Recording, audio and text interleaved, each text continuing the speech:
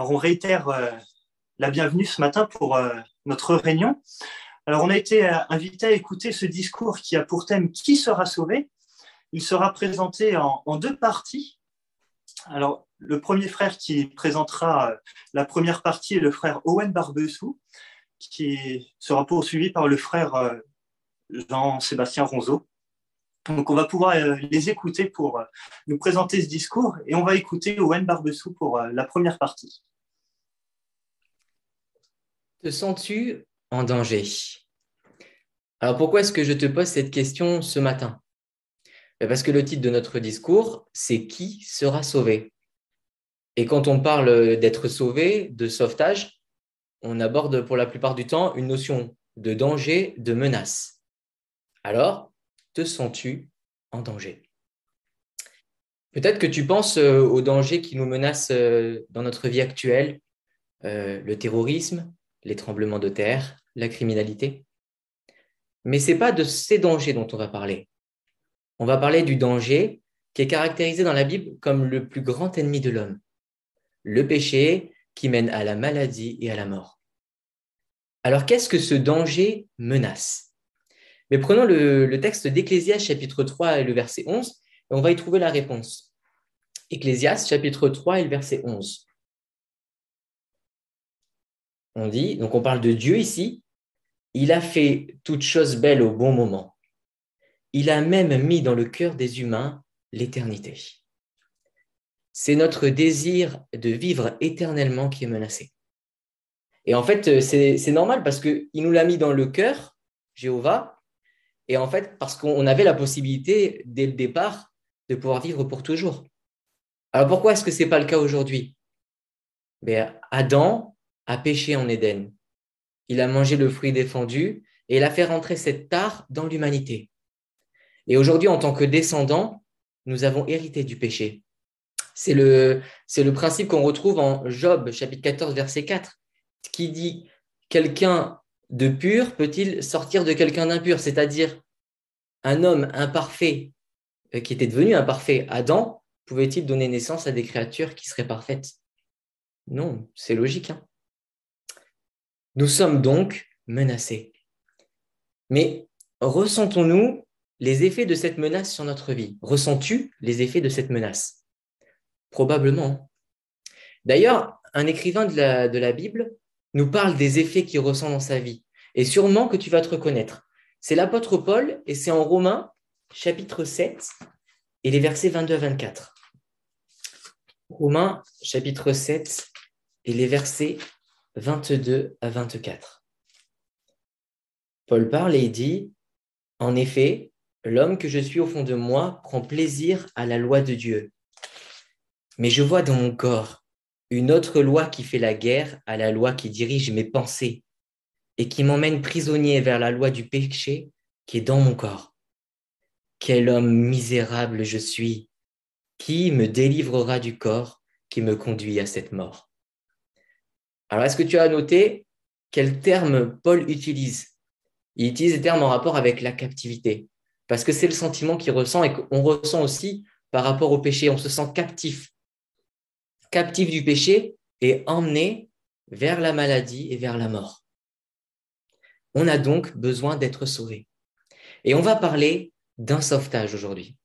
Mais il y a une question qui est importante qu'il faut qu'on aborde, c'est méritons-nous d'être sauvés? Non, on ne mérite pas et on ne méritera pas d'être sauvés. D'ailleurs, la Bible parle de ce sauvetage comme de la faveur imméritée de Dieu.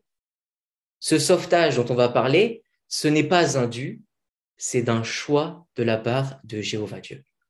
Et si on garde cette idée à l'esprit tout au long du discours, ça va sans aucun doute faire grandir la reconnaissance dans notre cœur, comme ça a fait grandir la reconnaissance dans nos cœurs en le préparant.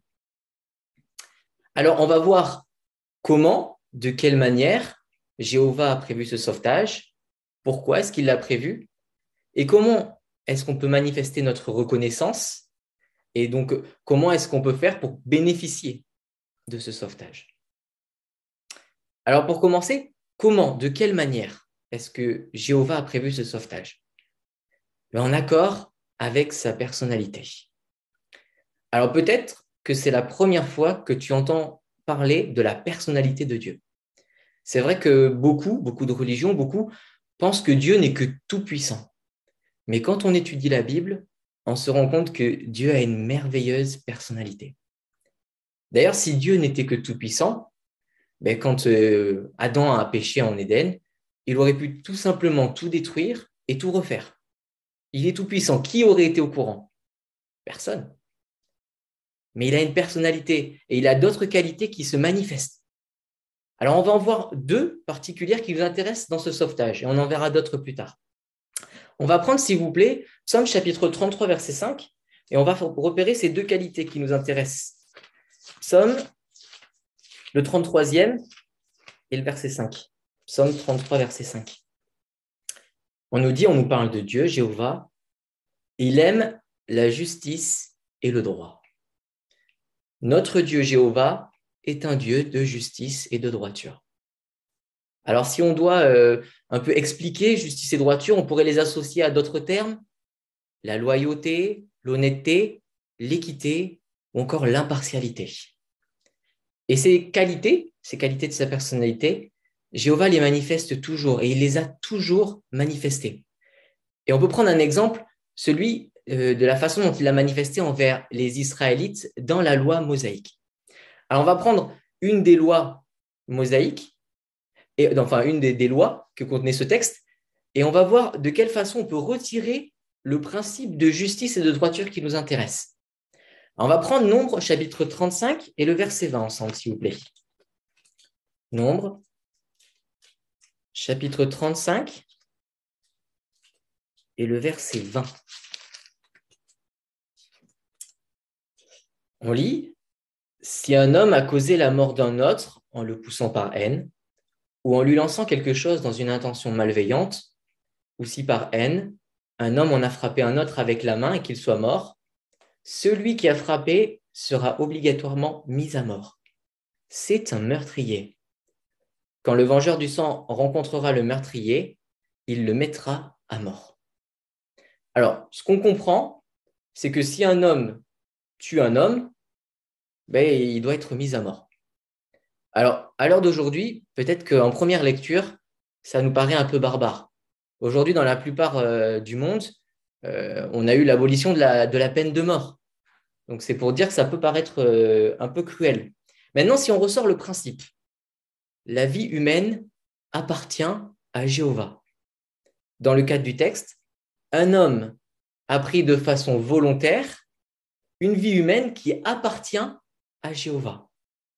Jéhovah demande qu'une vie humaine lui soit redonnée. Et là, on ressort le principe de justice et de droiture. Et ça paraît plus barbare. Et c'est ce principe qui nous intéresse.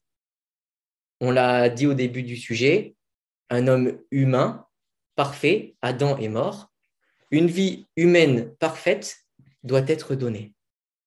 Et maintenant, on peut donner le terme qui est associé au sauvetage dans la Bible, c'est le terme de rançon. Peut-être que tu l'as déjà entendu. Ce terme, en fait, en hébreu, il vient du terme kofer, qui signifie couvrir de façon équivalente. On dit bien de façon équivalente.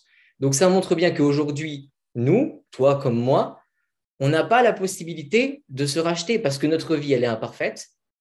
Adam est mort, il avait une vie parfaite. Alors, qui est-ce qui pouvait racheter cette rançon? Eh bien, on retrouve la réponse en Jean, chapitre 10, versets 17 et 18. Je vous invite à le prendre avec moi. Jean, chapitre 10, versets 17 et 18. Et on va voir le choix que Jéhovah fait.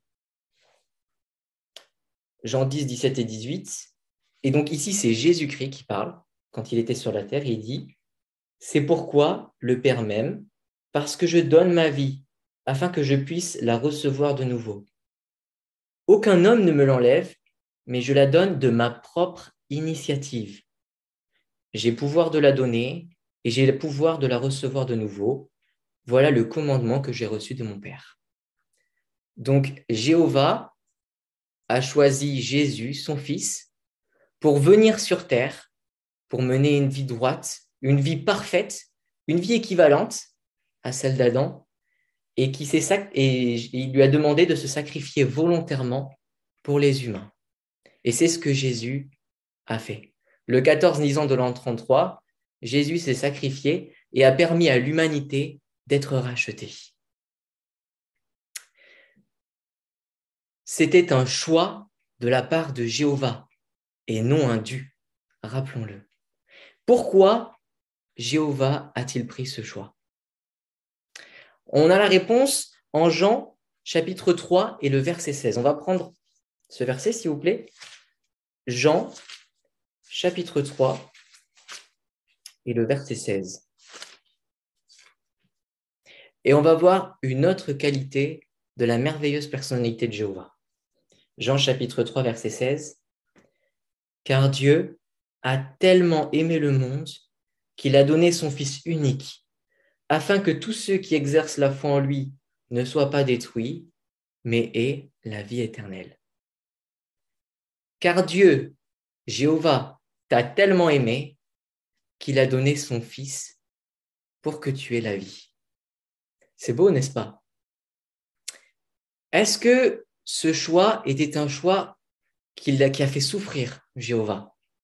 Oui, on l'a vu, Jéhovah n'est pas que toute puissance, il a une personnalité, il a des sentiments. Et c'était un choix pas évident.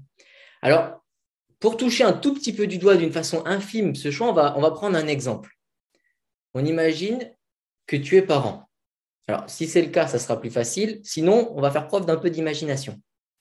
Ton enfant va à l'école et il est victime de harcèlement. Donc, c'est assez courant. C'est la vidéo d'ailleurs du dernier Caleb et Sophia. Donc, ça te permet peut-être de mieux imaginer. Ton enfant est victime de harcèlement. Et toi, d'une façon ou d'une autre, tu es obligé d'observer, de voir sans devoir agir. Donc, tu vois ton enfant être insulté, être maltraité, être bousculé, au-delà peut-être même de ce qu'on a vu dans la vidéo. Quels sont tes sentiments? Moi, quand je me suis imaginé ça, je me suis dit, c'est terrible. On a l'impression d'être enfermé dans son corps. On a tout notre corps qui est en ébullition. Peut-être même que c'est tellement terrible qu'on tourne la tête. On ne veut pas voir. Voilà, les sentiments, ils sont presque indescriptibles. Alors, imaginons Jéhovah. Il a vu son fils, son bien-aimé, être insulté, être blasphémé, être torturé, puis être mis à mort d'une façon cruelle. Et Jéhovah devait observer, parce qu'il devait valider le sacrifice de son fils. Tu t'imagines ces sentiments? Et ce choix, il l'a pris pour toi. Il l'a pris pour moi, il l'a pris pour nous tous, parce qu'il nous aime. Alors, qu'est-ce que ce choix nous permet? On a la réponse en 2 Pierre, chapitre 3 et le verset 9. 2 Pierre, chapitre 3 et le verset 9. Jéhovah n'est pas lent à réaliser sa promesse, comme certains le pensent, mais il est patient avec vous, il est patient avec toi, il est patient avec moi, car il ne veut pas que même un seul soit détruit, mais il veut que tous parviennent au repentir. Donc, avec ce choix, Jéhovah nous donne à tous la possibilité de saisir sa main, de bénéficier de cette rançon et de ne plus subir les conséquences et aussi les symptômes, on va dire, qu'on a évoqués tout à l'heure, de ne plus se sentir un homme misérable dans l'avenir.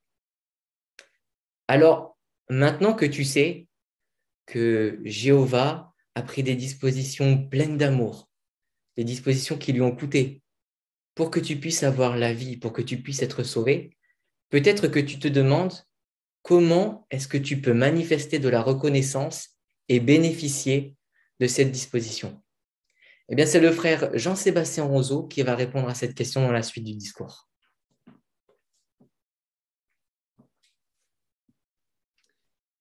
Alors, jusqu'à présent, ce discours t'a permis de comprendre que l'humanité dans son ensemble est condamnée à mourir parce qu'elle descend d'Adam et Ève, mais que Jéhovah a proposé à l'humanité cette rançon pour pouvoir sauver les humains. Et il y a cette idée qui nous suit depuis le début, que la rançon, ce moyen pour sauver l'humanité n'est pas un dû, mais c'est Jéhovah qui a fait le choix de proposer cette merveilleuse disposition. Est-ce à dire que toute l'humanité va être sauvée grâce à la rançon? La réponse est non. En fait, ceux qui seront sauvés sont ceux qui manifestent de la reconnaissance, qui expriment de la reconnaissance pour la rançon. Et nous allons lire ensemble plusieurs versets bibliques qui nous permettent de voir comment nous pouvons exprimer notre reconnaissance pour la rançon. Tout part d'une idée logique. Imaginons qu'aujourd'hui tu reçoives dans ta boîte aux lettres un courrier qui t'informe qu'une personne très fortunée vient de décéder et que dans son testament, elle t'a nommé pour que tu hérites une part de sa fortune. Problème, tu ne connais pas cette personne, tu ne l'as jamais rencontrée. Que vas-tu faire dans les prochains jours? Outre le fait d'entreprendre les démarches pour recevoir l'héritage, tu vas certainement commencer à te renseigner cette personne et essayer de comprendre pourquoi cette personne que tu ne connais pas, dont tu n'as jamais entendu parler, est pensée à toi dans son testament. C'est la reconnaissance minimale que tu peux exprimer pour ce que cette personne vient de faire pour toi. Il y a des similitudes avec ce discours. Peut-être qu'avant ce discours, tu n'as jamais entendu parler de cette rançon et peut-être que tu n'as eu aucun contact avec Jéhovah et Jésus jusqu'à maintenant. Mais maintenant que tu as entendu parler de cette disposition pour être sauvé et que tu sais que Jéhovah et Jésus ont pensé à toi pour être sauvé, que vas-tu faire dans les prochains jours? Le minimum, commencer à te renseigner sur qui est Jéhovah et qui est Jésus. C'est cette réflexion que tient Jésus en Jean chapitre 17, verset 3. Jean chapitre 17, verset 3. Ceci signifie la vie éternelle. La vie éternelle. Donc là, on parle bien de quelqu'un qui est sauvé du péché et de la mort.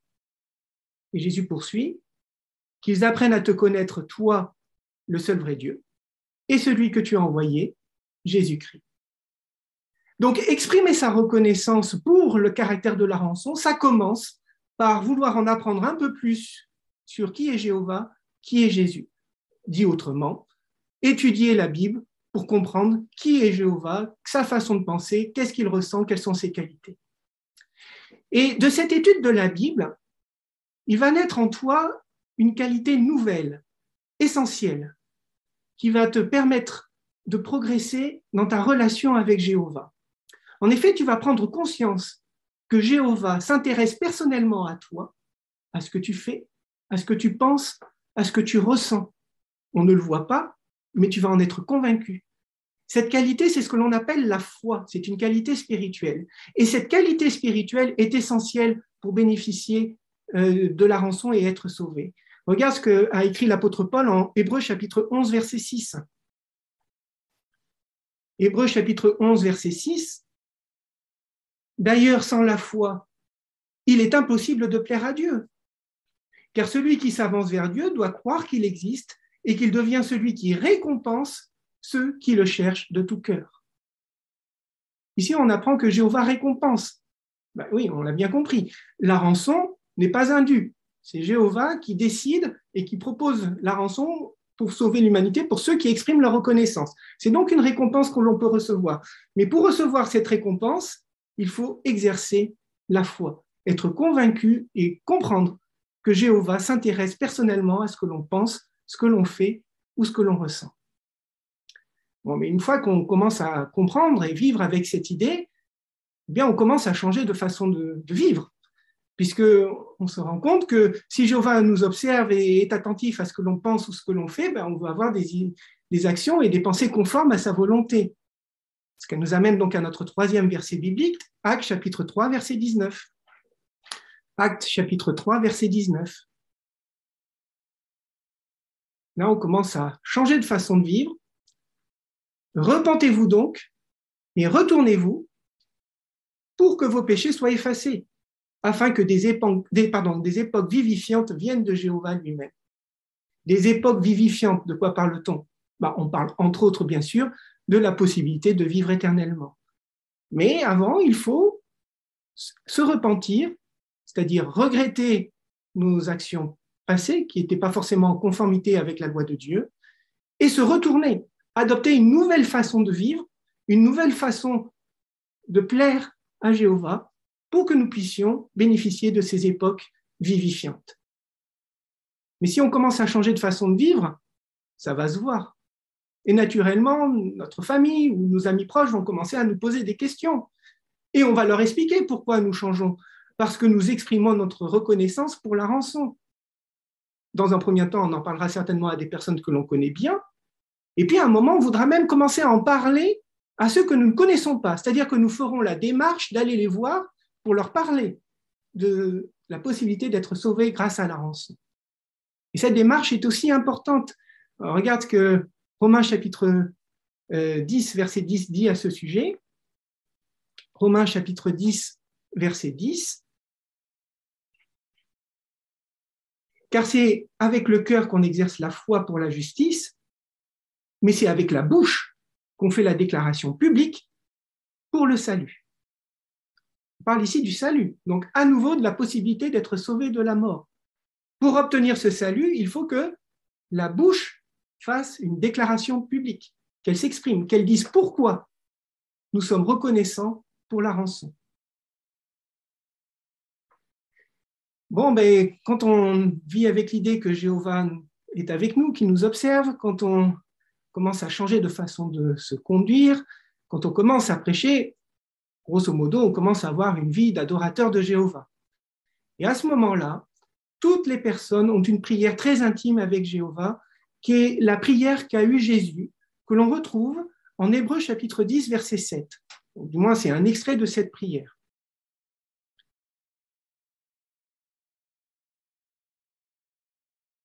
Alors j'ai dit, vois, je viens, dans le rouleau il est écrit à mon sujet, pour faire ta volonté, ô Dieu.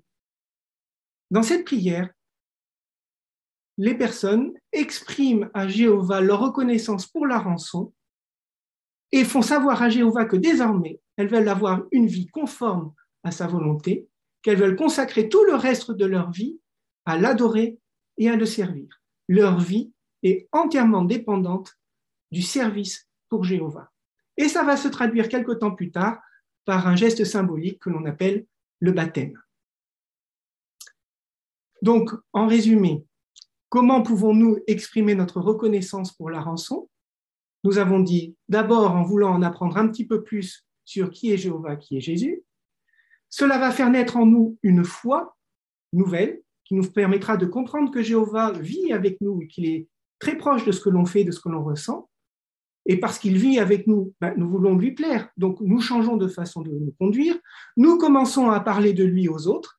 Et naturellement, à un moment donné, nous faisons le choix de consacrer toute notre vie à son service. Et à partir du baptême, notre vie exprimera chaque jour notre reconnaissance pour la rançon. Est-ce que ça te donne envie d'exprimer de la reconnaissance pour la rançon? Pas certainement, puisque avant ce discours, tu n'as certainement pas entendu parler de cette disposition pour être sauvé de la mort, et il faut reconnaître que ça nous donne un petit peu de punch de savoir que l'on peut être sauvé. Mais on va être franc comme Jésus a été franc avec nous. En effet, toutes les personnes qui consacrent leur vie chaque jour à exprimer leur reconnaissance pour la rançon mènent une vie difficile parce que nous vivons dans un monde dominé par le diable et que le diable et son monde sont des ennemis de Jéhovah et donc des ennemis de ceux qui expriment leur reconnaissance pour la rançon. Aussi, Jésus, avec une grande franchise, a dit à ses disciples, en Matthieu chapitre 24, verset 13, Matthieu chapitre 24, verset 13, « Celui qui aura enduré jusqu'à la fin sera sauvé. » Alors déjà, de quelle fin parle-t-on? Bien sûr, on ne parle pas de la fin de l'humanité, puisque nous avons compris que la rançon est là justement pour sauver l'humanité. Donc, la fin dont on parle ici, c'est la fin du monde dirigé par Satan. Mais avant que ce monde soit définitivement détruit, nous devons endurer. C'est un mot très fort. Alors certes, c'est un mot où il y a quand même un espoir, parce qu'il y a l'espoir d'être sauvé après la fin. Mais en attendant, il y a quand même quelque chose qui se passe. Mais alors, qu'est-ce qui se passe concrètement? On va prendre 2 versets pour pouvoir bien comprendre. On va commencer par le 50e psaume, verset 23. 50e psaume, verset 23. Tu vas voir que ce verset en lui-même fait à peu près le résumé de tout le discours. Celui qui offre en sacrifice sa reconnaissance me glorifie, et à celui qui est déterminé à bien agir, je ferai voir le salut de Dieu. On parle ici du salut de Dieu, donc la possibilité, entre autres, d'être sauvé du péché et de la mort. Pour pouvoir en bénéficier, il faut bien agir, ce qui signifie donc que chaque jour pouvoir montrer notre reconnaissance pour la rançon. C'est ce que dit le début du verset, hein. Sa reconnaissance me glorifie, mais c'est associé à une idée de sacrifice. Sacrifice est un mot qu'on utilise dans un cadre religieux. Un sacrifice, c'est déjà accepter de faire des efforts supplémentaires à ce que l'on fournit actuellement, ou ça peut aussi signifier accepter de perdre certaines choses que nous aimons pour pouvoir atteindre un objectif. Donc, quelqu'un qui endure jusqu'à la fin est quelqu'un qui doit être prêt à fournir ou des efforts supplémentaires ou à renoncer à certains plaisirs ou à certaines choses qui lui font du bien. Mais c'est plus que cela. Jésus a rajouté une idée en Matthieu chapitre 16, verset 24. Matthieu chapitre 16, verset 24. Alors Jésus dit à ses disciples, « Si quelqu'un veut me suivre, il doit se renier lui-même. » Là, on retrouve l'idée de sacrifice, se renier, être prêt à faire des efforts supplémentaires ou à renoncer à certains plaisirs. Et il ajoute, « Prendre son poteau de supplice et me suivre continuellement. » À l'époque de Jésus, le poteau de supplice était un instrument de torture sur lequel on attachait les condamnés, on les faisait souffrir, voire on les exécutait, et on les exposait à la foule pour qu'ils aient honte. Jésus, d'ailleurs, aura une telle mort. Donc Jésus dit ici que nous aurons à porter jusqu'à la fin un poteau de supplice, ce qui signifie que nous allons souffrir, voire ressentir de la honte. Dans notre assemblée, nous sommes plusieurs à être des serviteurs de Jéhovah depuis de longues années, et nous savons tous que la vie d'un chrétien n'est pas une vie tranquille. Nous avons tous pleuré, souffert à de nombreux moments, voire même peut-être ressenti de la honte. Regrettons-nous de suivre ce chemin et de chaque jour manifester notre reconnaissance pour la rançon? Owen et moi, nous vous connaissons suffisamment pour savoir que vous ne regrettez rien. Pourquoi? Parce que votre foi est vivante. Vous savez que Jéhovah est fier de ce que vous avez fait et vous savez que Jéhovah, pour ce que vous avez fait, vous récompensera plus que généreusement. Cette idée est très bien exprimée en Hébreux chapitre 6, verset 10. Hébreux chapitre 6, verset 10. Car Dieu n'est pas injuste pour oublier votre œuvre et l'amour que vous avez montré pour son nom en servant les saints et en continuant de les servir. Jéhovah n'oubliera jamais les sacrifices, les efforts que nous fournissons en plus ou les choses que nous avons abandonnées pour son service. Jéhovah n'oubliera jamais les larmes que nous avons versées et Jéhovah a toujours été sensible à la honte que nous avons ressentie parce que chaque jour, nous avons fait le choix d'exprimer notre reconnaissance pour la rançon. Alors, arrivé à cette idée que finalement, il va falloir endurer jusqu'à la fin, on pourrait peut-être être maintenant un petit peu découragé. Mais soyons logiques. Si Jéhovah a prévu une disposition, la rançon, pour sauver l'humanité, il a certainement aussi prévu une disposition, voire plusieurs, pour aider ses serviteurs à endurer jusqu'à la fin. Et comme pour la rançon, toutes ces dispositions que Jéhovah met à notre disposition, elles ne sont pas dédues. C'est Jéhovah qui a fait le choix et qui nous propose ces solutions pour pouvoir endurer jusqu'à la fin.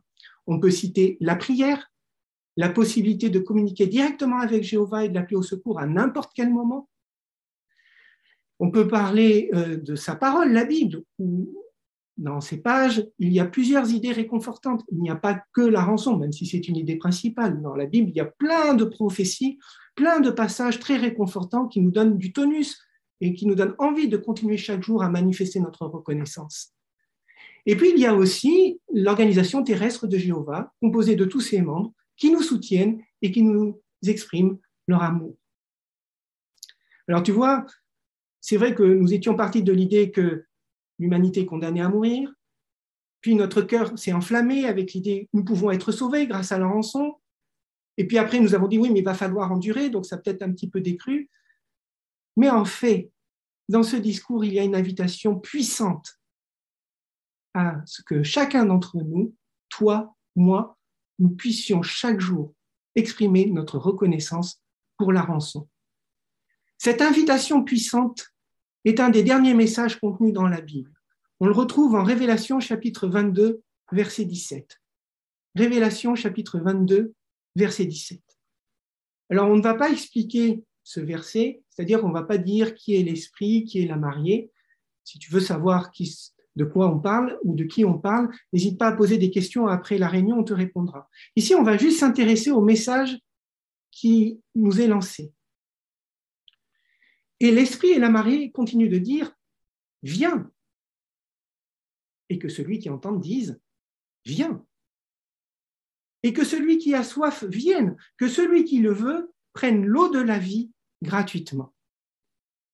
Il est question ici de prendre l'eau de la vie, la possibilité de vivre sans mourir. C'est une très belle image, l'eau de la vie. Et l'invitation, c'est « Viens ». Attends-tu cette voix qui, pendant tout ce discours, disait « Viens ». Alors, s'il te plaît, viens et continue d'être exalté par cet enseignement qu'est la rançon. Entends-tu cette voix qui te dit « Viens ». Alors, s'il te plaît, viens et fais le choix de chaque jour manifester ta reconnaissance pour la rançon. Ainsi, tu pourras goûter à l'eau de la vie et tu seras sauvé.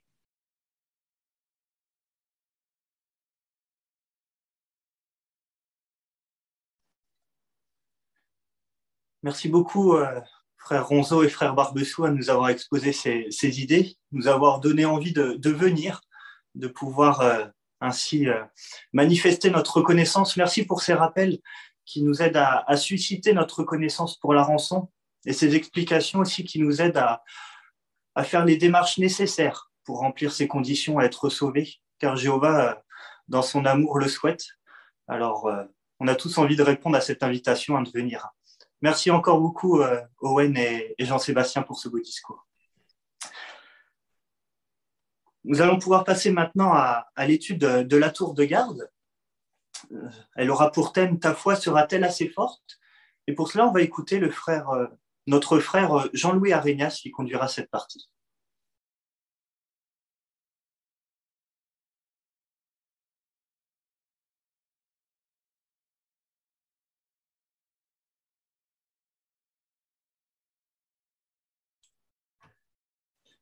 Nous savons que des événements extraordinaires nous attendent, notamment la fin du système de choses actuel. Mais craignons-nous d'avoir une foi trop faible pour pouvoir faire face à ces événements très forts que nous attendons?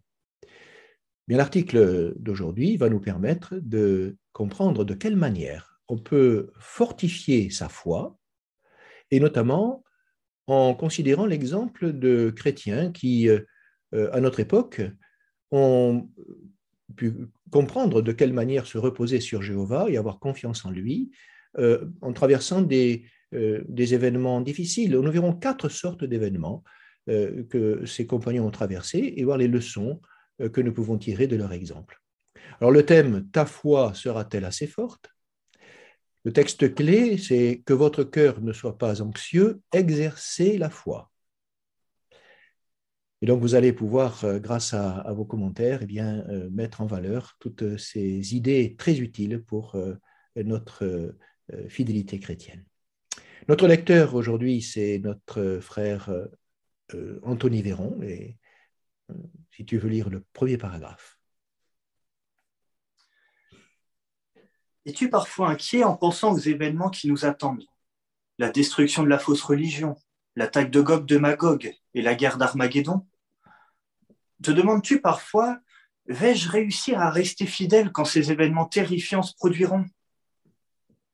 Si une telle question t'a déjà traversé l'esprit, l'examen des paroles de Jésus qui constitue notre verset thème te sera très utile. Jésus a dit à ses disciples que votre cœur ne soit pas anxieux, exercez la foi. En effet, une foi forte te permettra d'envisager l'avenir avec courage. Merci. Alors, que pourrions-nous parfois nous demander? Frère Giraud Noël. Que la Bible nous donne l'avantage de savoir ce qui va se passer dans l'avenir. Nous savons donc que la fausse religion va être détruite. Il va y avoir aussi l'attaque de Gog de Magog. Il y a aussi la grande tribulation. Et le Collège central nous a avertis. Nous savons très bien que ce sera aussi des périodes difficiles pour les chrétiens. Donc la question naturelle qui vient à l'esprit, c'est de se poser cette question: est-ce que je serai capable de supporter ces épreuves, cette persécution, comme déjà certains frères la poursuivent? Et nous avons la réponse dans dans Jean chapitre 14 verset 1, qui montre que on peut combattre l'anxiété donc en exerçant la foi. Donc on comprend que c'est dès aujourd'hui que nous devons travailler sur la solidité de notre foi. Merci beaucoup. Passons au paragraphe 2.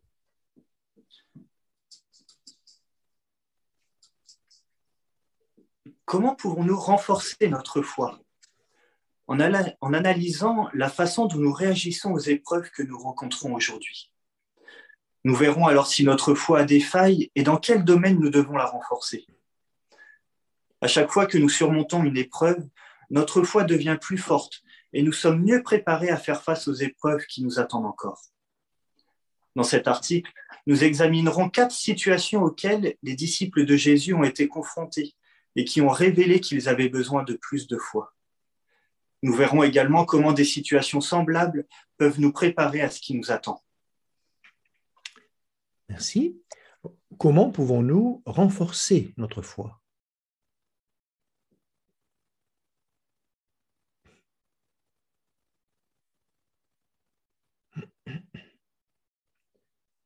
Frère Christophe Charnot. Eh bien, comme on le voit ici, le Collège central aborde le sujet d'une manière très positive, puisqu'il nous encourage à considérer les situations difficiles, les épreuves que nous pouvons traverser dès aujourd'hui, et ensuite à nous analyser. Et si nous constatons des domaines, des failles, eh bien, nous pouvons d'ores et déjà, en nous appuyant sur l'aide que Jéhovah nous apporte, y travailler pour renforcer notre foi. Bien. Sœur Borde, Cathy? Oui, dans le paragraphe, les pères nous disent qu'à chaque épreuve qu'on surmonte, notre foi devient plus forte et on est mieux préparé à faire face aux épreuves qui nous attendent encore, parce qu'on sait qu'il y en aura. Et cette foi devient plus forte, bon, on le verra dans le développement, mais si elle devient plus forte, c'est parce qu'on a su puiser, bien sûr Jéhovah était là, mais parce qu'on a su puiser dans toutes les provisions que Jéhovah met à notre disposition pour être plus fort et pour ne pas se reposer sur nos propres forces. Voilà, une idée très importante de cette étude. Alors, qu'examinerons-nous dans cet article?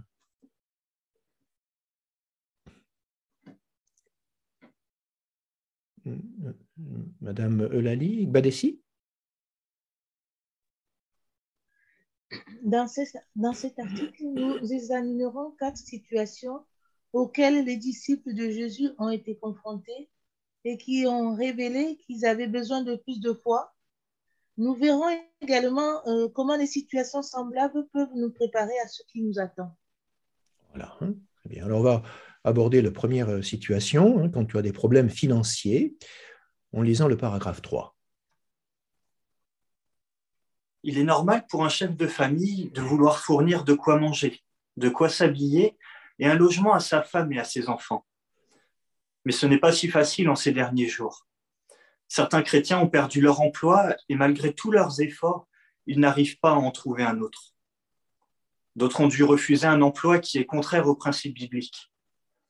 Dans ce genre de situation, il nous faut être convaincus que Jéhovah veillera à ce que notre famille ait ce dont elle a besoin. C'est ce que Jésus a clairement expliqué à ses disciples dans son sermon sur la montagne.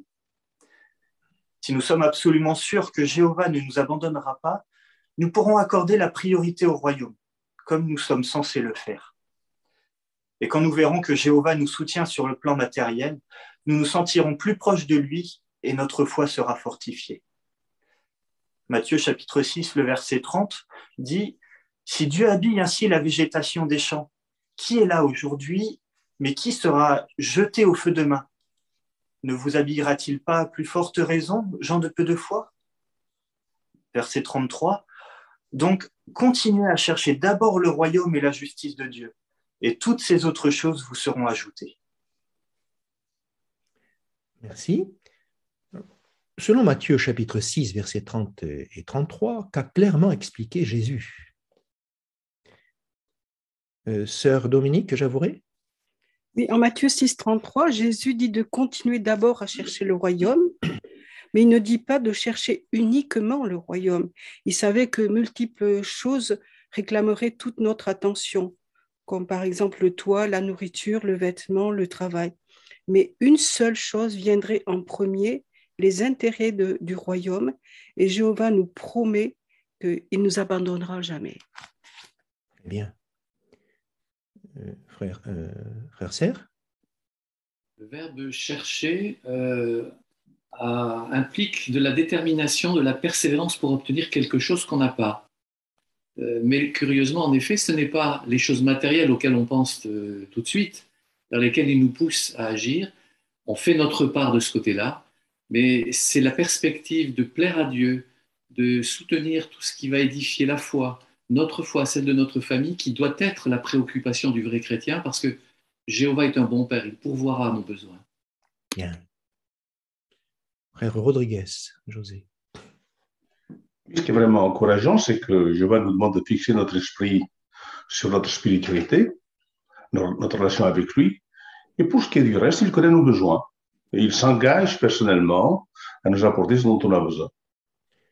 Très bien. Justement, dans le verset 30, là, qu'est-ce qui est vraiment pour Jésus évident? Frère Ali, Fabien? Oui, dans ce verset, Jésus attire notre bon sens en quelque sorte, puisqu'il dit « Regardez la végétation des champs, Jéhovah l'habille ». Alors évidemment que si on met ses intérêts et les intérêts du royaume à la première place, Jéhovah prendra soin de nous, tout comme il prend soin de choses plus insignifiantes. Oui, voilà. Exactement. Sœur Jourando?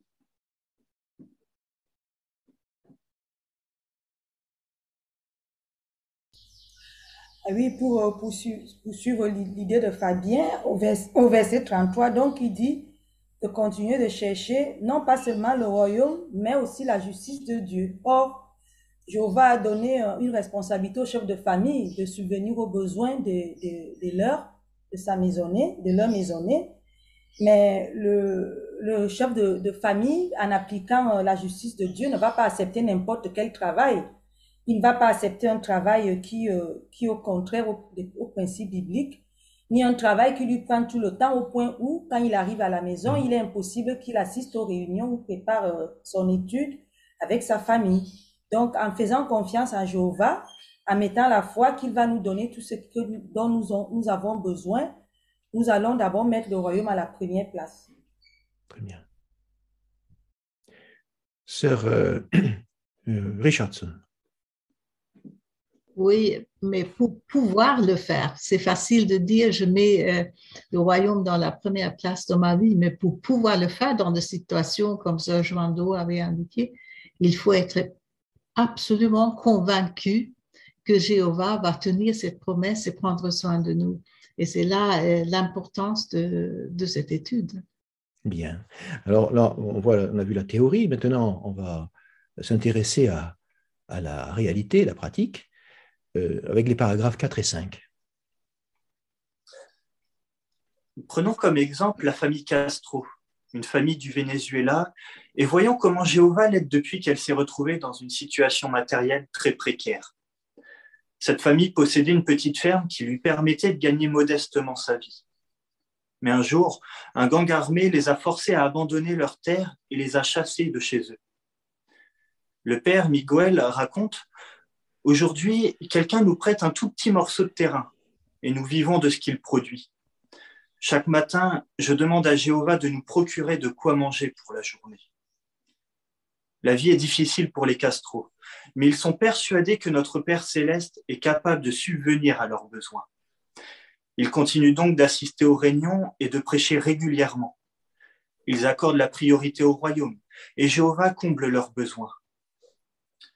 Dans l'épreuve, Miguel et sa femme Yuraï ont toujours fixé leur esprit sur la façon dont Jéhovah prenait soin d'eux.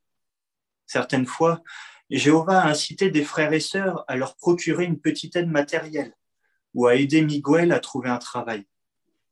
D'autres fois, il leur a fourni de quoi survivre par le moyen d'opérations de secours organisées par le Bethel. Jéhovah ne les a jamais abandonnés. Aujourd'hui, la foi des Castro est encore plus forte qu'avant. Après avoir mentionné une situation en particulier dans laquelle Jéhovah est venu à leur secours, Yosline, la fille aînée, a fait ce commentaire. « Ça nous a touché de voir la main de Jéhovah de façon aussi évidente. Depuis, je le considère comme un ami de qui je dépends pour vivre. » Elle a ajouté « Ces épreuves que notre famille a traversées ensemble nous ont préparés aux épreuves encore plus difficiles qui nous attendent. » Merci. Comment Jéhovah aide-t-il une famille depuis qu'elle s'est retrouvée dans une situation matérielle très précaire?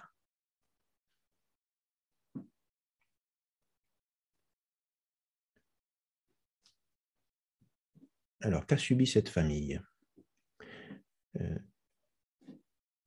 Famille Giuliano? Oui, ça a été compliqué pour eux. On sait que la situation dans le pays est pas toujours facile. Donc, ils ont été chassés de leur terre. Donc, c'était leur moyen de subsistance parce qu'ils étaient apparemment agriculteurs. Et mais on peut dire que les Castro sont restés fidèles parce qu'ils ont continué à assister aux réunions, à prêcher régulièrement. Et comme ils ont accordé la priorité au royaume, Jéhovah a comblé leurs besoins. Bien. Sœur Zali, Rebecca. Et puis ce qui est intéressant dans leur cas, c'est que on les a aidés à la fois concrètement, puisque dans le paragraphe 5, on nous dit qu'on leur a accordé une petite aide matérielle, mais aussi ils ont pu bénéficier de tout ce qui était fourni par l'organisation, par le Bethel. Mais on leur a aussi donné de quoi s'en sortir par eux-mêmes, puisque le frère dit qu'on leur a prêté un morceau de terrain pour qu'ils puissent travailler dessus. Donc, ils ne sont pas restés assis à attendre uniquement l'aide qui viendrait directement des frères et sœurs, mais ils ont travaillé aussi pour y arriver. Bien. Frère Tavenas? Également, ce qui est remarquable chez cette famille, c'est qu'ils ne se lamentent pas sur ce qu'ils ont perdu, mais se réjouissent déjà de ce qu'ils ont et qu'ils sont certains que ce qui leur est donné vient vraiment de Jéhovah. Et d'ailleurs, notamment, cette épreuve renforce la foi de Yosline, leur fille, par ses paroles qui dit qu'elle voit la main de Jéhovah et les gestes d'amour de ses frères et sœurs, ça la rapproche de lui. Très bien. Sœur Talzac? Oui, c'est d'ailleurs fort ce qu'elle dit. Elle dit qu'elle le considère comme un ami de qui je dépends pour vivre. Donc, c'est vraiment très, très fort en elle. Et ça m'a fait penser aussi à l'exemple qu'un frère avait donné par rapport aux oiseaux. Le matin, quand ils se réveillent, ils ne se demandent pas est-ce qu'ils vont trouver la nourriture et est-ce qu'ils vont trouver un nid pour se reposer. Eh bien non, ils en sont persuadés. Donc, nous, on n'est pas des oiseaux, mais nous, on est persuadés que Jéhovah nous pourvoira nos besoins quotidiens. Excellent. Famille Giuliano? En fait, oui, en fait, le degré de confiance qu'ils avaient dans la promesse que Jésus a faite, bien en fait, a indiqué aussi la profondeur de leur amour pour Jéhovah. Parce que l'amour et la confiance, en fait, c'est quelque chose d'indissociable. On ne peut pas aimer vraiment une personne en qui on n'a pas confiance. Donc, la confiance qu'ils ont placée à Jéhovah a vraiment montré l'amour qu'ils avaient pour lui. Voilà, merci Karine. Sœur Tavna. Comme le montre la photo, la double photo, où on voit donc cette famille en train de prier. Certainement qu'ils demandent chaque jour donc d'avoir le pain quotidien, si on peut dire, mais certainement aussi qu'ils remercient Jéhovah de pourvoir leurs besoins, même s'il y a peu. Mais ils démontrent leur foi dans la photo de droite en continuant à servir Jéhovah. Donc là, il est question de la prédication. Donc confiant que Jéhovah pourvoira leurs besoins, et ils montrent aussi leur reconnaissance pour l'amour de Jéhovah qui pourvoit à leurs besoins et leur désir de lui plaire. Oui, exactement. Très bien. Alors, poursuivons maintenant avec le paragraphe 6. As-tu des problèmes financiers en ce moment? Si oui, tu peux mettre à profit cette période difficile pour fortifier ta foi. Comment t'y prendre? Prie Jéhovah. Lis Matthieu chapitre 6, les versets 25 à 34 et médite sur ces paroles de Jésus. L'exemple d'autres chrétiens peut également être utile, car il montre que Jéhovah prend soin de ceux qui continuent de le servir fidèlement malgré leurs épreuves. Réfléchir à leur exemple renforcera ta conviction que, tout comme ton Père céleste les a soutenus, il te soutiendra toi aussi. Il sait ce qu'il te faut et il sait comment te le procurer. À chaque fois que tu verras Jéhovah agir dans ta vie, ta foi se fortifiera et tu seras alors en mesure d'endurer des épreuves plus grandes dans l'avenir. Merci. Comment pouvons-nous renforcer notre foi quand nous avons des problèmes financiers? Famille dédiée? Oui, ici, une tour de garde nous faisait réfléchir sur le fait qu'il est naturel, en fait, de s'inquiéter sur ses besoins fondamentaux. Mais là où est le piège, et c'est contre cela que Jésus nous met en garde, c'est lorsqu'elles viennent empiéter sur nos activités spirituelles, elles nous distraient. Et le meilleur moyen, en fait, de rester concentré, comme le dit le verset de Corinthiens, Paul nous exhorte à être inébranlable, par exemple, ce qui peut vouloir dire qu'il ne se laisse pas détacher de ses amarres. Ici, on nous donne un bon moyen de le faire, c'est de réfléchir aux exemples de nos frères et sœurs, de voir à quel point Jéhovah a agi dans leur vie pour renforcer notre foi que pour nous aussi, Jéhovah saura prendre soin de nous et cela nous stabilisera dans notre mode de vie chrétien. Excellent. Famille Patouilla. J'aime beaucoup aussi le passage de Habakkuk chapitre 3, les versets 17 et 18, où Habakkuk dit que même s'il n'a rien, si rien ne se produit, il n'a rien sur le plan matériel, il exultera en Jéhovah, il trouvera sa joie dans le Dieu qui le sauve. Donc ce qui est intéressant, c'est son état d'esprit. Il se fixe vraiment, constamment sur Jéhovah et sur le soutien que Jéhovah peut lui apporter. D'ailleurs, il y avait une note, enfin un point marquant par rapport à ce passage où il est dit, même si nous subissons des épreuves avant et pendant Armageddon, nous pouvons être sûrs que Jéhovah nous fournira de l'énergie vitale dans la mesure où nous continuons à le servir avec joie. Donc on peut vraiment être sûr que Jéhovah nous fournit l'énergie qu'il nous faut au moment voulu pour les épreuves qu'on a au fur et à mesure. Très bien. Frère Serre ou sœur Serre, pardon. Et comme le dit la tour de garde, j'aime beaucoup cette phrase. Jéhovah sait ce qu'il me faut et il sait comment me le procurer. Donc si j'ai cette conviction, cette certitude, ma foi ne peut que grandir. Voilà, très bien. Maintenant, deuxième situation, quand tu subis une grande tempête, on va voir dans deux sens différents, avec le paragraphe 7. Un jour que Jésus et ses disciples étaient en mer, une grande tempête s'est levée. Jésus a profité de l'occasion pour expliquer à ses disciples qu'ils avaient besoin d'une foi plus grande. Tandis que la tempête faisait rage et que les vagues recouvraient le bateau, Jésus dormait tranquillement. Terrifiés, les disciples l'ont réveillé pour lui demander de les sauver, mais il les a gentiment repris. « Pourquoi avez-vous si peur, homme de peu de foi ?» leur a-t-il dit. Les disciples auraient dû comprendre que Jéhovah était parfaitement capable de protéger Jésus et ses amis. Quelle leçon se dégage de ce récit? Une foi forte nous permettra d'affronter n'importe quelle grande tempête, qu'elle soit littérale ou symbolique. Matthieu chapitre 8, les versets 23 à 26. Puis Jésus monta dans un bateau et ses disciples le suivirent. Mais voyez, il y eut une grande tempête sur la mer, si bien que les vagues recouvraient le bateau. Jésus lui dormait. Ils le réveillèrent en disant « Seigneur, sauve-nous, nous allons mourir !» Mais il leur demanda « Pourquoi avez-vous si peur, homme de peu de foi ?» Puis il se leva et parla sévèrement au vent et à la mer. Et il y eut un grand calme. Merci. Comment la grande tempête mentionnée dans Matthieu chapitre 8, versets 23 à 26, a-t-elle mis la foi des disciples à l'épreuve?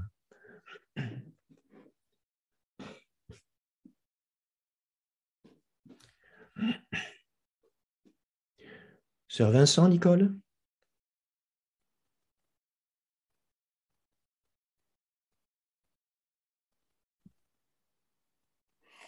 Pardon.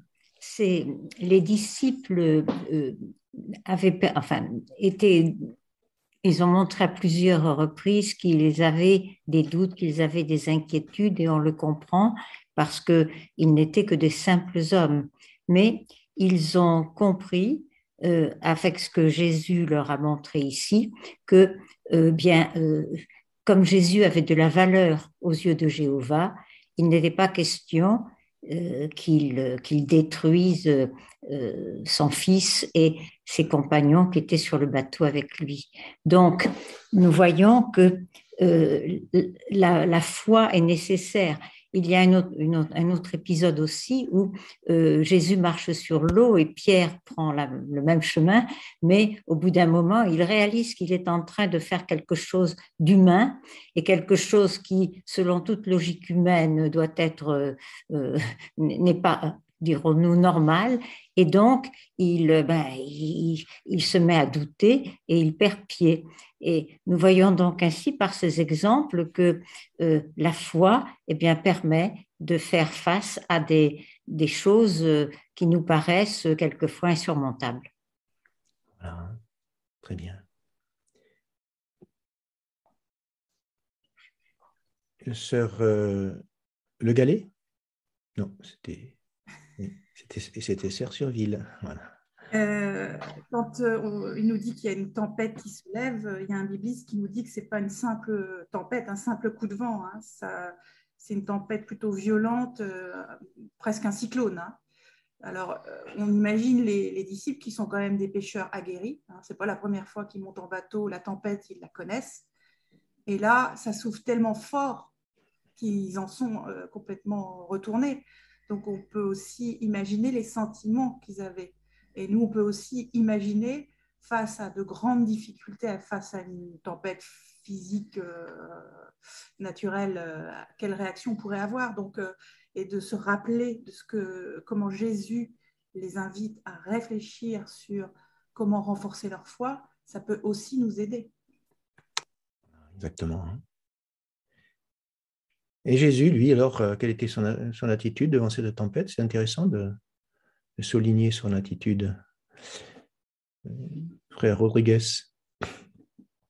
Bien, c'est là effectivement qu'on note la différence entre celui qui a foi et celui qui ne l'a pas, la foi profonde comme Jésus, parce qu'il était tranquille, il dormait, il se laissait porter, il était dans le même danger que les disciples, mais il n'a pas eu la même vision. Il a eu la vision de se dire, mon Père va nous sauver, il est là pour cela.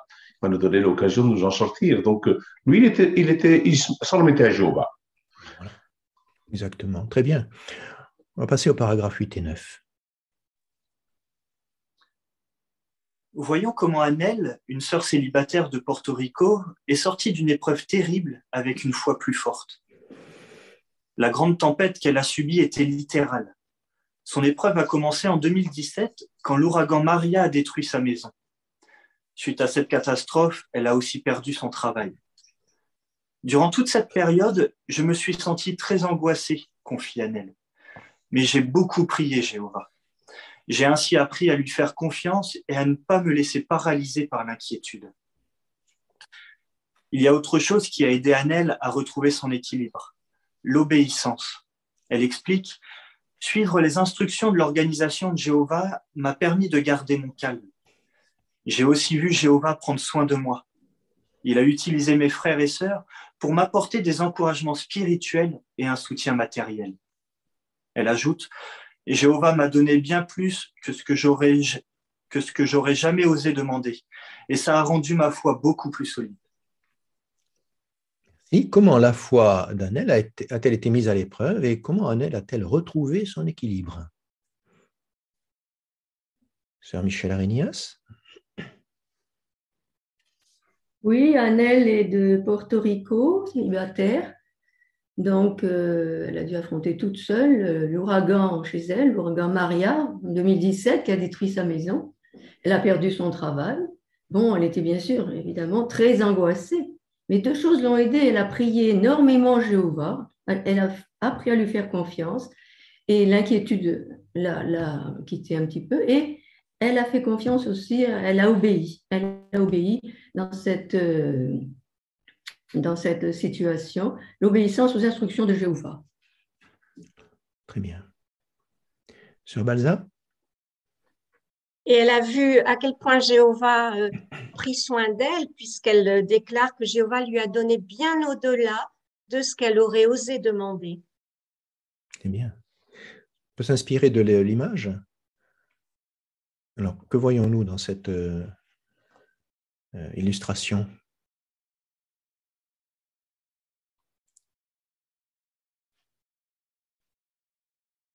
Frère Serre? Photo de gauche, un couple visiblement perturbé par ce qu'ils viennent de vivre, certainement un typhon, un événement assez conséquent, mais ils s'appuient sur Jéhovah, ils ont leur sac de survie avec eux, ils ont écouté les instructions donc. Et là, à droite, on voit aussi les dispositions prises par l'organisation de Jéhovah qui réagit très vite sur les lieux de catastrophe et qui bénéficie du réconfort, du soutien pratique. Leur foi n'a pas été vaine, évidemment, ils ont été récompensés. Bien, excellent. Paragraphe 10. Affrontes-tu une grande tempête en ce moment? Peut-être que la région où tu habites a été frappée par une catastrophe naturelle. Ou peut-être que tu subis une tempête symbolique, comme un grave problème de santé. Tu peux alors te sentir complètement submergé et ne pas savoir quoi faire. Mais ne laisse pas l'inquiétude miner ta confiance en Jéhovah. Rapproche-toi de lui en le priant de tout ton cœur et fortifie ta foi en repensant souvent à toutes les occasions où Jéhovah t'a soutenu dans le passé. Tu peux être sûr qu'il ne t'abandonnera jamais, ni aujourd'hui, ni demain. Merci. Que pouvons-nous faire si nous affrontons une grande tempête en ce moment? Sœur Bendaouida.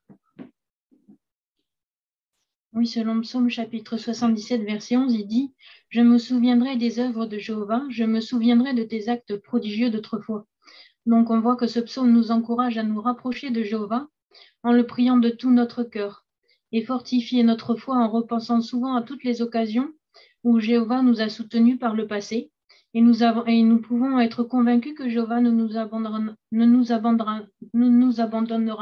jamais, ni aujourd'hui, ni demain. Très bien. Famille Patouya? Oui, au verset 12 du psaume 77, il y a une note qui nous amène à psaume 143, le verset 5, qui dit « Je me souviens des jours d'autrefois, je médite sur toute ton action et je réfléchis intensément aux œuvres de tes mains. » Donc c'est vraiment quelque chose qu'on doit faire, on doit se poser régulièrement, souvent, penser à ce que Jéhovah fait pour nous et a toujours fait pour nous depuis longtemps, et forcément quand on aura de nouvelles épreuves, eh bien on va beaucoup plus facilement les traverser. Bien. Famille Javouré? Oui, cela nous rappelle ce que nous avons lu tout à l'heure dans l'évangile de Matthieu, où Jésus dit « Observez ceci, regardez cela ». Donc c'est quand on repense, quand on observe, quand on se rappelle des occasions où Jéhovah nous a aidés ou en a aidé d'autres. C'est en observant cela que l'on a la foi nécessaire. Bien. Lisons le paragraphe 11. Comme Annelle l'a fait remarquer, l'obéissance t'aidera elle aussi à endurer. Alors apprends à faire confiance à ceux en qui Jéhovah et Jésus ont confiance. Il peut arriver que ceux qui nous dirigent nous donnent des instructions qui ne nous semblent pas logiques, mais Jéhovah bénit l'obéissance. La Bible nous apprend même que l'obéissance sauve des vies. Et les serviteurs de Dieu qui en ont fait l'expérience peuvent le confirmer. Médite sur leur exemple. Cela renforcera ta détermination à obéir aux instructions que nous donne l'organisation de Jéhovah aujourd'hui et à celles qu'elle nous donnera dans l'avenir. Tu n'auras alors aucune raison de craindre la grande tempête qui nous attend. Merci. Pourquoi devons-nous être déterminés à obéir à ceux qui nous dirigent? Sœur Clave et Roberta. Parce que Jéhovah bénit l'obéissance. L'un des moyens qu'il utilise aujourd'hui pour nous aider est l'esclave fidèle avisé et les anciens. Donc, si on suit leurs instructions, même quand elles peuvent nous paraître illogiques, c'est comme si on dit à Jéhovah, ben, je t'ai compris, je te fais confiance les yeux fermés et je t'écoute. Et d'ailleurs, on a toujours vu que toutes les décisions prises par ceux qui nous dirigent sont toujours bénies par Jéhovah et donnent toujours de bons résultats. Bien. Sœur Nzali. Et puis, il y a de beaux exemples dans la Bible. En 2 Chroniques 20, il est question du moment où Jazaïel dit à Josaphat qu'il ne devrait pas aller combattre. Ça aurait pu leur paraître surprenant et au final, ils décident d'écouter. Et quand on voit le lendemain, ils n'ont pas été à la guerre. Ils sont restés à chanter des chants de louange pour Jéhovah.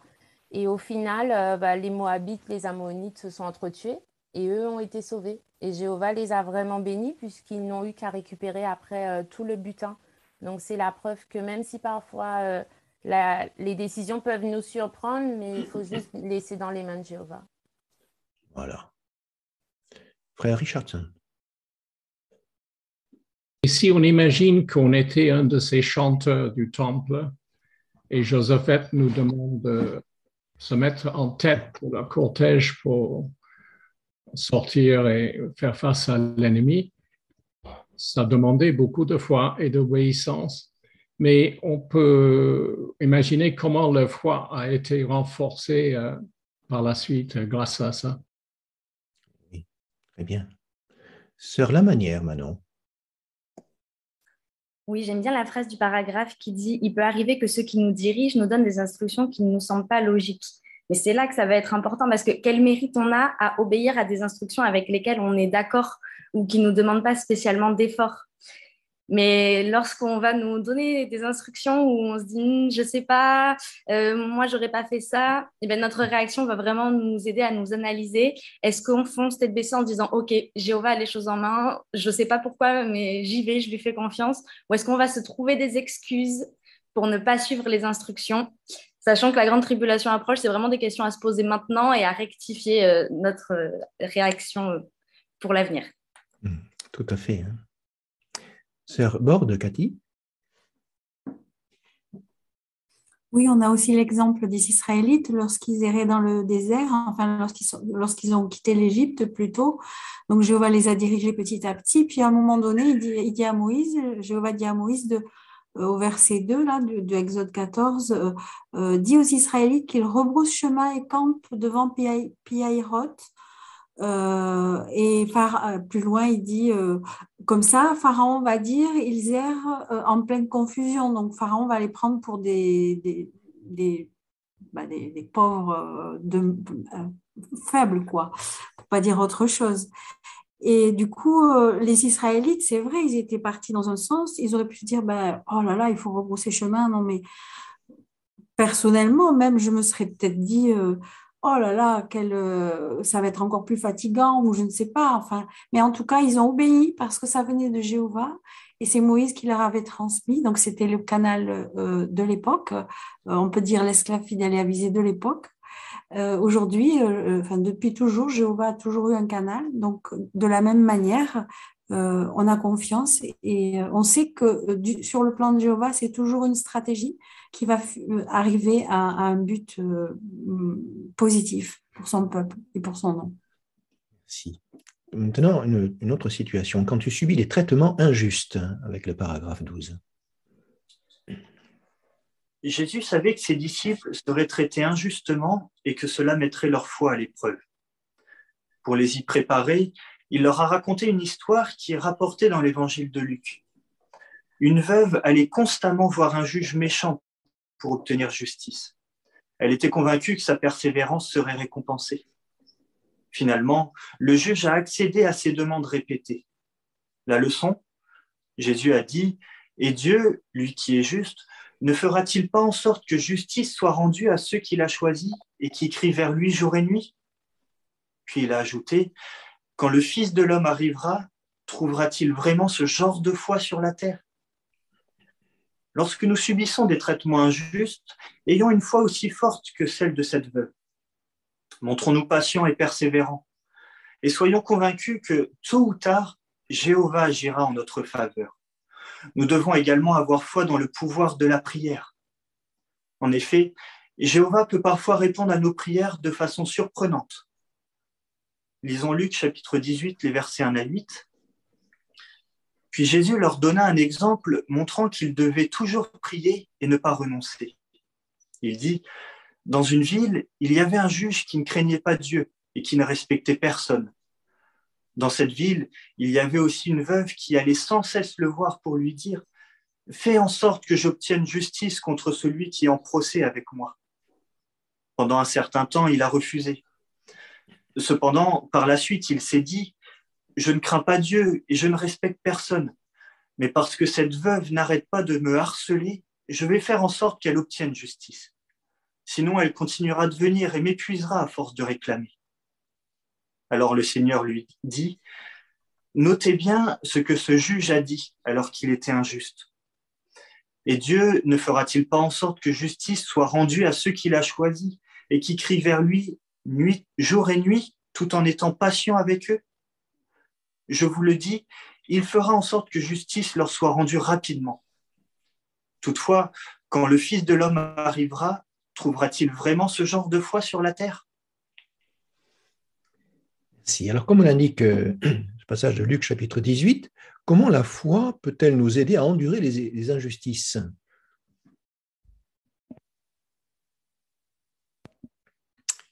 Frère Charnot. Bien, effectivement, lorsqu'on rencontre une injustice, cela peut menacer notre équilibre spirituel, mais comme le montrent ces versets que nous avons lus, eh bien, en imitant cette veuve et en faisant preuve de patience et de persévérance, on peut être sûr qu'on va voir la main de Jéhovah dans notre vie, parce qu'en fait, Jéhovah, de toute façon, n'est pas comme ce juge injuste. C'est sûr qu'à un moment, il va redresser les choses et faire que la justice soit rétablie. Et cette conviction va nous aider à garder une foi solide. Bien. Frère Ali? D'ailleurs, la note à propos du verset, je crois que c'est le verset 5, dit que dans la langue originale, le juge il prête attention à la veuve pour qu'elle ne vienne pas le frapper sous l'œil, figurativement parlant, c'est-à-dire nuire à sa réputation. Et lorsqu'on applique ça par rapport à Jéhovah, c'est vrai que Jéhovah a envie de se montrer un Dieu fort pour ceux qui crient vers lui jour et nuit, et donc sans nul doute qu'avec notre persévérance, et avec notre confiance en lui, notre foi en lui, Jéhovah ne manquera pas d'agir tôt ou tard pour nous. Bien. Frère Serre? Le contraste entre un juge injuste qui finit par céder à des suppliques d'une veuve met en relief la réaction naturelle d'un père aimant comme Jéhovah qui se laisse toucher et qui va fondre devant des prières persistantes. L'image, les photos que l'on a montrent une chrétienne apprend un drame familial, son mari peut être dans une situation apparemment sans issue, mais ses prières ferventes vont lui donner tout le nécessaire, peut-être déjà le courage, mais aussi peut-être aussi des solutions clés à un moment donné pour que son mari retrouve la santé. Paragraphe 13.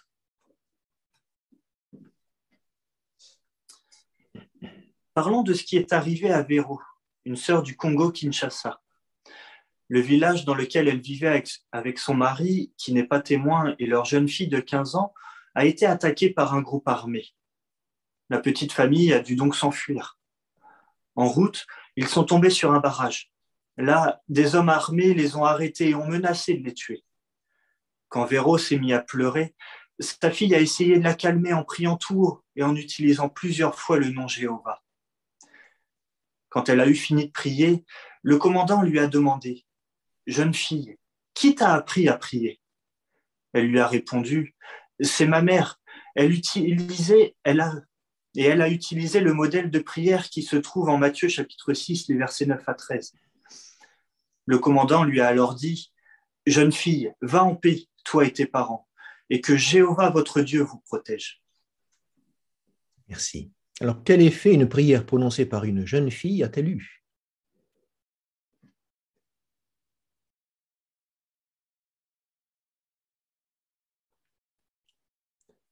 Sœur Arinias?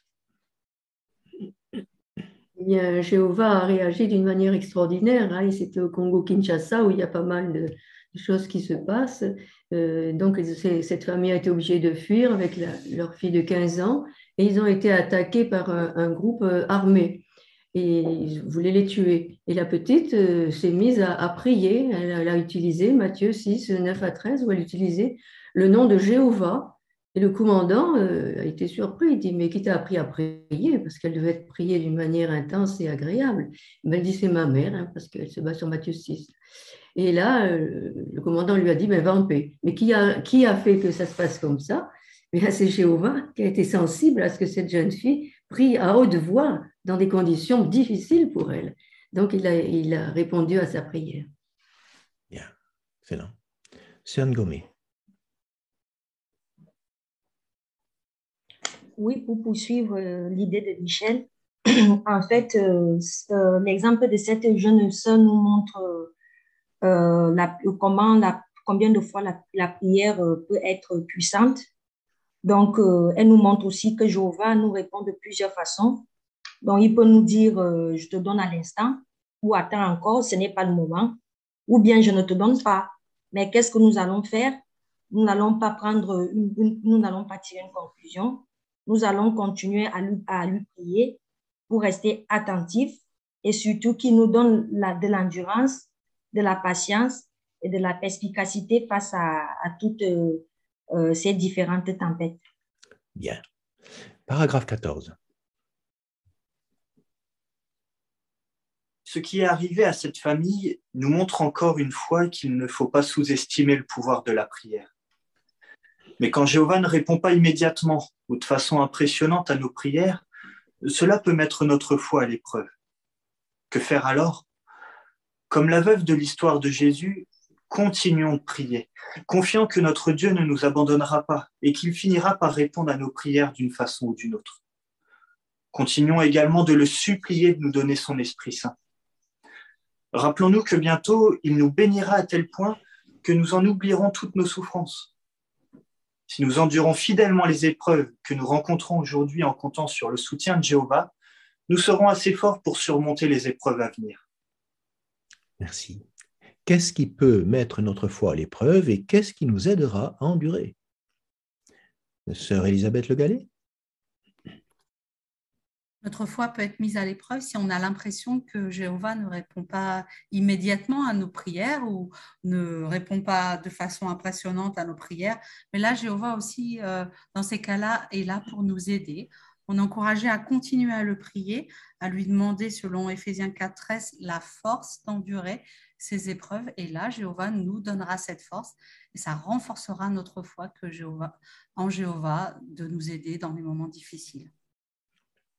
Très bien. Frère Pruvot, Axel. Oui, on nous encourage vraiment à continuer à prier, à continuer de croire que Jéhovah va répondre à nos prières profondément dans notre cœur, de le supplier. Et ça m'a fait penser au verset de Matthieu 7, verset 7, qui dit continuez à demander, on vous donnera, continuez à chercher et vous trouverez, continuez à frapper et on vous ouvrira. Il ne faut pas abandonner, on sait que Jéhovah est avec nous et que c'est peut-être qu'on n'a pas encore vu, mais il nous aide déjà aujourd'hui. Bien. On va poursuivre avec la dernière situation, quand tu vis une tragédie, paragraphe 15. Jésus a enseigné à ses disciples que leur foi leur permettrait de surmonter leurs épreuves. Un jour, ils n'ont pas réussi à expulser un démon, alors que des autres fois, ils y étaient parvenus. Pourquoi? Jésus leur a expliqué qu'ils n'avaient pas eu assez de foi. Il leur a ensuite dit que si leur foi était assez forte, ils pourraient affronter des épreuves aussi grandes que des montagnes. Devons-nous faire face aujourd'hui à des difficultés qui nous semblent insurmontables? Matthieu chapitre 17, les versets 19 et 20. Ensuite, les disciples demandèrent à Jésus en privé, « Pourquoi n'avons-nous pas réussi à l'expulser ?» Il leur répondit, « Parce que vous avez peu de foi. Vraiment, je vous le dis, si vous avez de la foi gros comme une graine de moutarde, vous direz à cette montagne, déplace-toi d'ici à là-bas, et elle le fera. Et rien ne vous sera impossible. » Merci. D'après donc, Matthieu 17, 19 et 20, qu'est-il arrivé aux disciples de Jésus? Ami Rocheteau? Eh bien, par manque de foi, en fait, les disciples n'ont pas réussi à expulser un démon, alors que jusqu'à présent, ça n'avait pas été le cas. Ils avaient toujours réussi à expulser, mais là, eh ben, ils n'ont pas réussi. Ils n'ont pas compris pourquoi cette situation, et donc ils ont interrogé Jésus. Et c'est là où il leur a dit, c'est à cause de votre foi, votre manque de foi. Exact. Hein. Sœur Jean-Vion, Mylène. Oui, certains démons sont particulièrement puissants. Et pour en fait expulser ce démon particulièrement fort, il leur fallait une foi forte et prier Jéhovah de leur en donner le pouvoir. Très bien. Sœur Serre? Jésus leur précise qu'en fait le problème, c'était leur peu de foi. Ce n'est pas qu'ils n'avaient pas la foi, mais pas suffisamment forte. Et s'ils avaient une foi forte, comme il le dit en conclusion, rien ne vous sera impossible. Oui. Très bien. Alors voyons le cas d'une famille du Guatemala avec le paragraphe 16. Parlons de Guédi, une sœur du Guatemala. Son mari, Eddie, a été assassiné sous ses yeux alors qu'il rentrait chez eux après une réunion. Comment la foi de Guédi l'a-t-elle aidé à surmonter son immense chagrin? Elle répond, « Je jette mon fardeau sur Jéhovah dans la prière, et ça m'apaise. Je vois Jéhovah prendre soin de moi par l'intermédiaire de ma famille et des frères et sœurs de mon assemblée. Rester bien occupé au service de Jéhovah soulage ma douleur. Ça me permet de vivre un jour à la fois, sans trop m'inquiéter du lendemain. Cette tragédie m'a appris que si demain je rencontre une autre épreuve, je serai capable de l'endurer avec l'aide de Jéhovah, de son Fils et de son organisation. » Merci. Comment la foi de Guédi l'a-t-elle aidé à survivre à une tragédie? Frère Ronzo. Et sa foi lui a permis de comprendre que Jéhovah allait être son soutien le plus puissant. Elle le dit, j'ai donc jeté mon fardeau sur Jéhovah dans la prière. Et le résultat, c'est qu'elle s'est sentie apaisée et que Jéhovah a utilisé son organisation pour lui venir en aide. Bien. Sœur Javouré? Oui, cela me rappelle à propos de jeter son fardeau sur Jéhovah, une comparaison qui avait été citée dans un discours. Tu rentres du marché, tu es très très chargé, tu habites au 3e, mais tu as la possibilité de prendre l'ascenseur. Là, tu as toujours ta charge avec toi, mais ce n'est plus toi qui la portes. Et là, c'est pareil, on peut demander à Jéhovah de porter avec nous cette charge. C'est bien. Hein? Frère Giraud. Cette sœur, c'est vraiment un drame qu'elle a connu. Son mari assassiné sous ses yeux, c'est quelque chose de terrible. Et elle dit, malgré tout, ça me permet aussi, donc la foi et le soutien qu'elle reçoit de la part de Jéhovah et de ses amis, les frères et sœurs, ça me permet de vivre un jour à la fois sans trop m'inquiéter du lendemain. Et cette tragédie m'a appris que si demain je rencontre une autre épreuve, je serai capable de l'endurer avec l'aide de Jéhovah, de son Fils et de son organisation. Donc en fait, vraiment, cette sœur est un exemple remarquable de foi. Ça montre qu'on peut être capable de survivre à un drame terrible si on fait ce qu'il faut et si vraiment on se remet entièrement entre les mains de Jéhovah. Bien. Paragraphe 17. As-tu perdu un parent ou un ami? Alors prends le temps de renforcer ta conviction que Jéhovah va ramener les morts à la vie en relisant des récits bibliques de résurrection. Es-tu terriblement triste parce qu'un membre de ta famille a été excommunié? Dans ce cas, étudie la Bible pour renforcer ta conviction que Jéhovah corrige toujours avec justice. Profite de chaque difficulté pour fortifier ta foi. Dis à Jéhovah tout ce que tu ressens. Ne t'isole pas, reste proche de tes frères et sœurs. Participe à des activités qui t'aideront à endurer, même si c'est dans les larmes. Garde tes bonnes habitudes. Continue d'assister aux réunions, de prêcher et de lire la Bible. Et pense constamment aux magnifiques bénédictions que Jéhovah te réserve. Quand tu constateras qu'il est toujours là pour toi, ta foi en lui grandira. Merci. Que devons-nous faire face à une épreuve comparable à une montagne? Alors, sœur Anaïs Juliano? Oui, on dit dans un tout premier temps, c'est de garder nos bonnes habitudes. Donc, en fait, de continuer à faire comme on faisait avant le drame, participer aux activités chrétiennes. Et là, aussi peut-être d'adapter en fonction de notre situation des petites choses. Là, en l'occurrence, on parle de est-ce que tu as perdu un parent ou un ami? Et le paragraphe encourage à ramener à la vie certains récits bibliques de résurrection. Donc, ramener à la vie, c'est de rendre vivants ces personnages. Donc, c'est pas juste une lecture passive du récit, mais c'est de vraiment peut-être s'imaginer les personnages, tout le contexte. Jairus, il devait être très triste d'avoir perdu sa fille. C'est la pire chose qui puisse arriver à un parent. Marthe et Marie, imaginez leur joie quand elles ont vu Lazare ressusciter et de pouvoir ressentir les sentiments qu'ils ont pu éprouver, de les imaginer très fort, ça peut aider et encourager pour la suite des événements pour nous. Très bien. Alors, qu'est-ce qu'il ne faut pas faire? Sœur Guérin.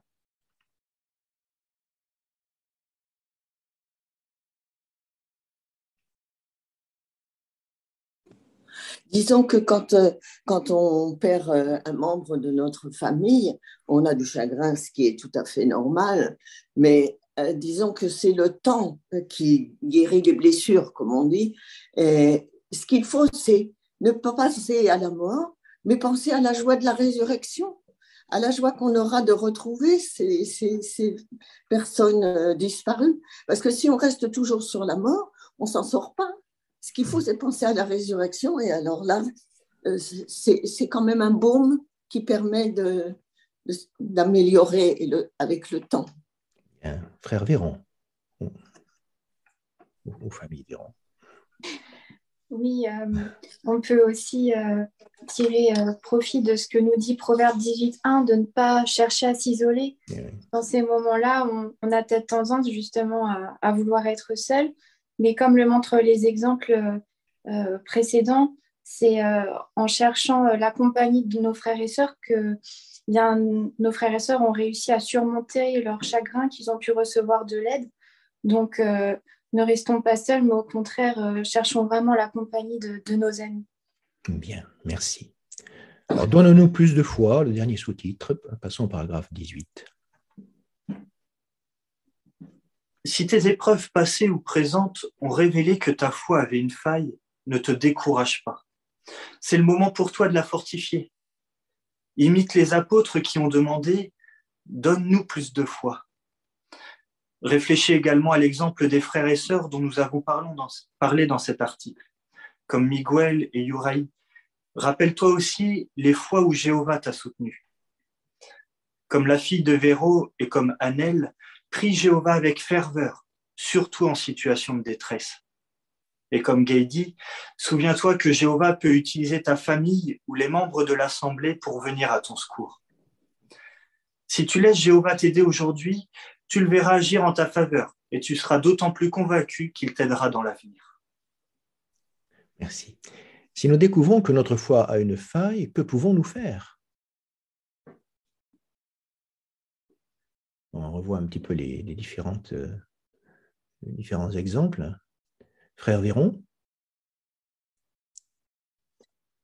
Comme on l'a vu tout au long de l'étude, c'est de pouvoir profiter de ce moment justement où on prend conscience qu'on peut avoir des failles dans notre foi pour la renforcer On voit l'exemple des apôtres. Ils ne se sont pas dit, bon, bah, c'est perdu, Jésus nous dit que j'ai pas assez de foi, donc on laisse tomber. Hein. Non, c'est donne-nous plus de foi. Donc, profitez de ces moments pour la renforcer en méditant sur les exemples qui nous sont donnés dans cette étude. Et peut-être que dans notre assemblée aussi, on a des compagnons qui ont surmonté des épreuves et de pouvoir discuter avec eux, ça nous aidera à renforcer notre foi aussi. Bien. Ben, tu peux nous lire le paragraphe 19. Jésus n'a pas hésité à faire remarquer à ses disciples qu'il manquait de foi dans certains domaines. Mais il n'a jamais douté qu'avec le soutien de Jéhovah, il parviendrait à surmonter les épreuves qui les attendaient. Il savait que grâce à une foi forte, une grande foule survivrait à la grande tribulation. En feras-tu partie ? Avec l'aide de Jéhovah, tu le pourras, si tu saisis dès maintenant toutes les occasions de fortifier ta foi. Merci beaucoup, Anthony, pour ta bonne préparation.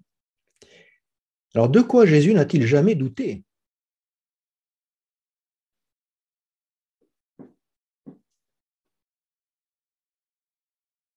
Alors, Sœur Jondo ?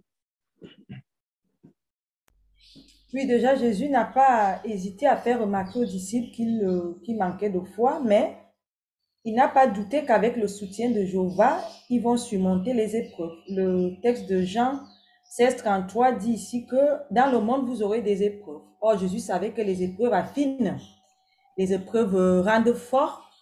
Donc, avec ces épreuves-là, ses disciples et l'aide de Jéhovah, ils vont rendre leur foi plus forte. Bien. Frère Rodriguez ? Un texte qui m'a beaucoup aidé devant des épreuves, ça a été le texte de Jean chapitre 14, verset 1, quand Jésus dit que votre cœur ne soit pas anxieux. Exercez la foi en Dieu, exercez la foi en moi. En fait, ce qui arrive, c'est que devant une épreuve, on est anxieux. Il y a des problèmes.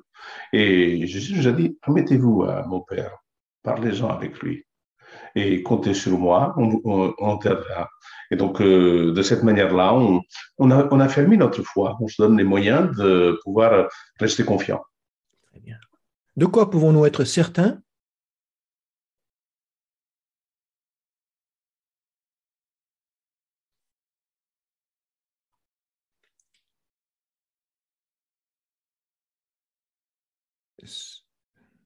Famille Vanderbord.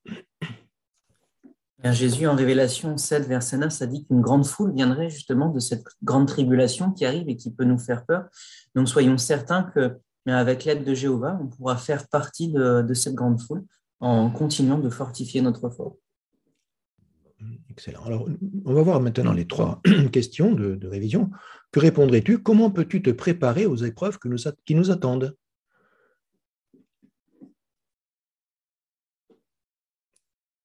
Sœur Serre ? Bien, en analysant aujourd'hui la façon dont on réagit aux épreuves aujourd'hui, ça va nous permettre de voir s'il y a des failles, s'il y a des endroits où on peut améliorer et agir en conséquence. Bien. Cite 4 difficultés auxquelles nous pouvons être confrontés et explique comment nous pouvons les mettre à profit.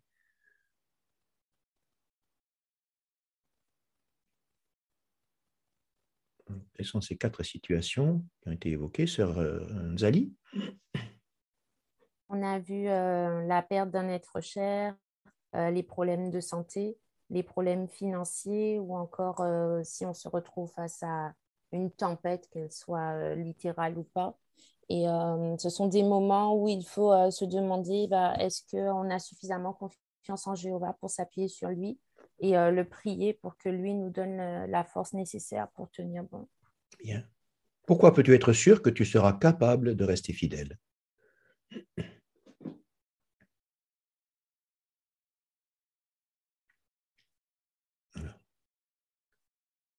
Sœur Renaud.